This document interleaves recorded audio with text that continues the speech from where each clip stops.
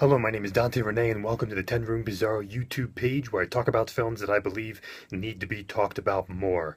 Tonight's film is 1988's The Blue Iguana.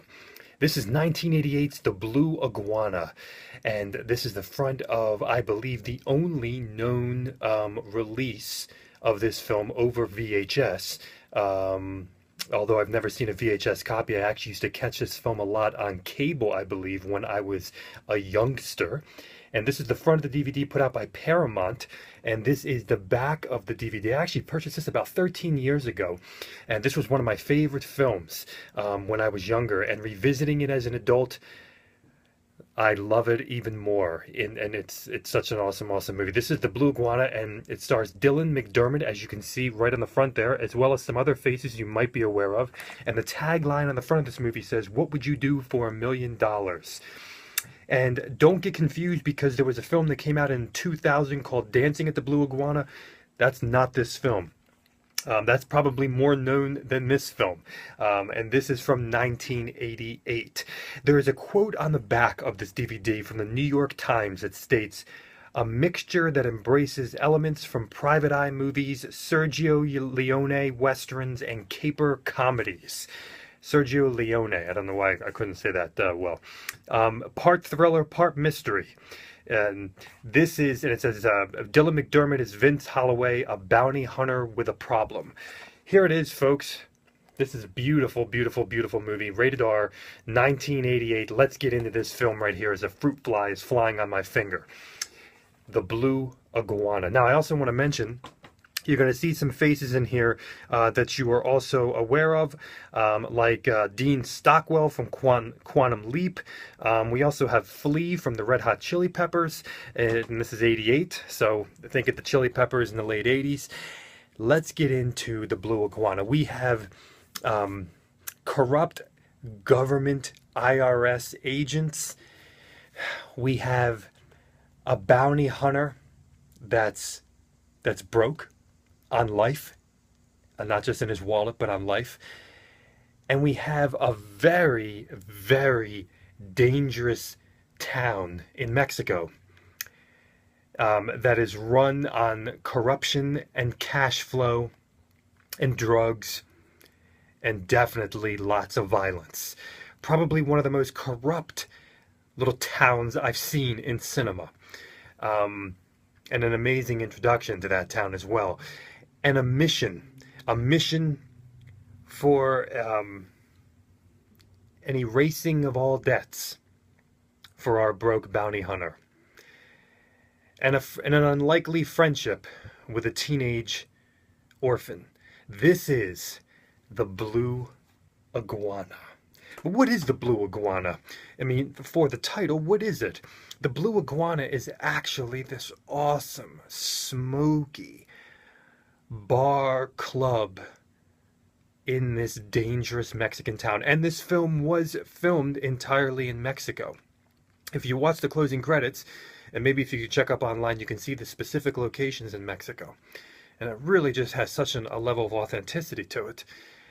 And what we have is, the Blue Iguana is this smoky bar with this female singer who sounds like she's straight from the 50s. And we have such this atmosphere within this bar, even to the female bartender, that almost reminds me a bit of Winona Ryder.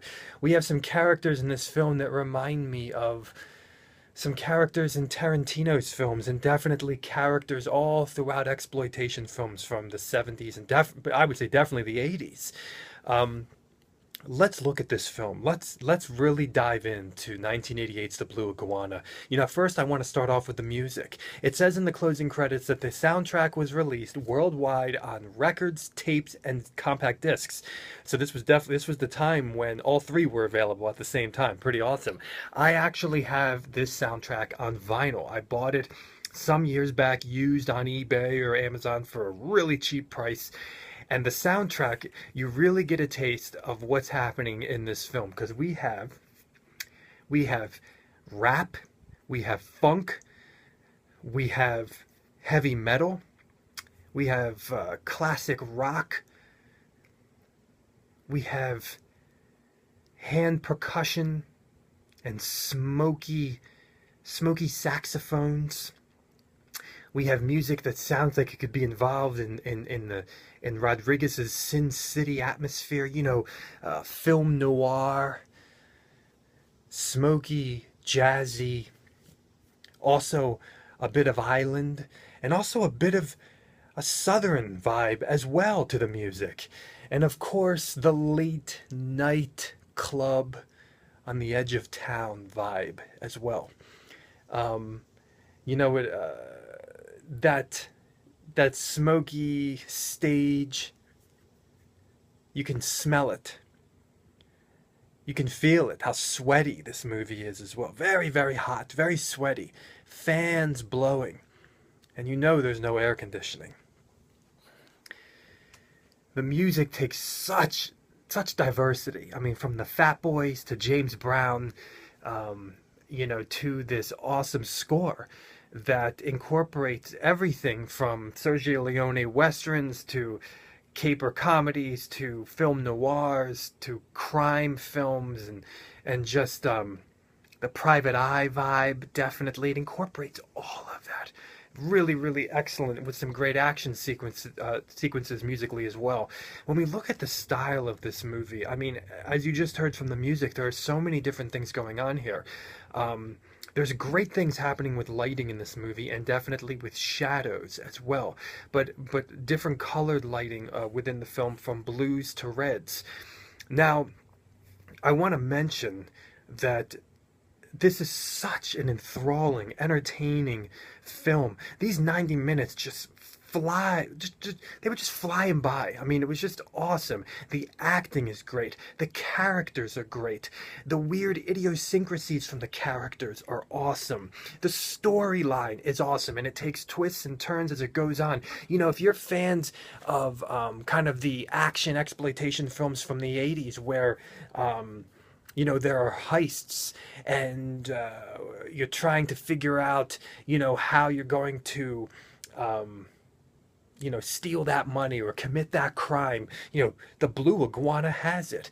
If you're looking for characters that are dangerous and the twists and the turns of kind of criminal against criminal, you know, the Blue Iguana has it.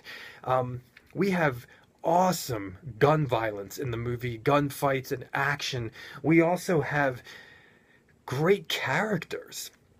To the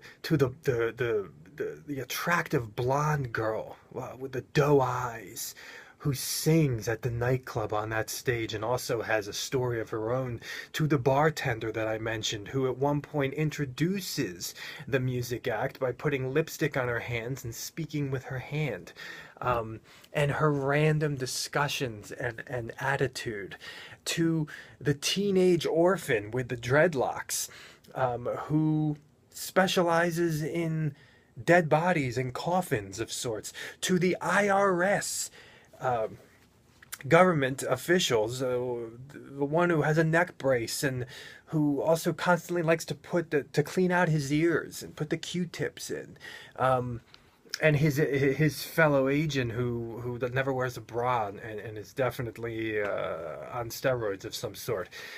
There are so many interesting characters. We even have a character who has his raspy voice and his one eye is shut like this.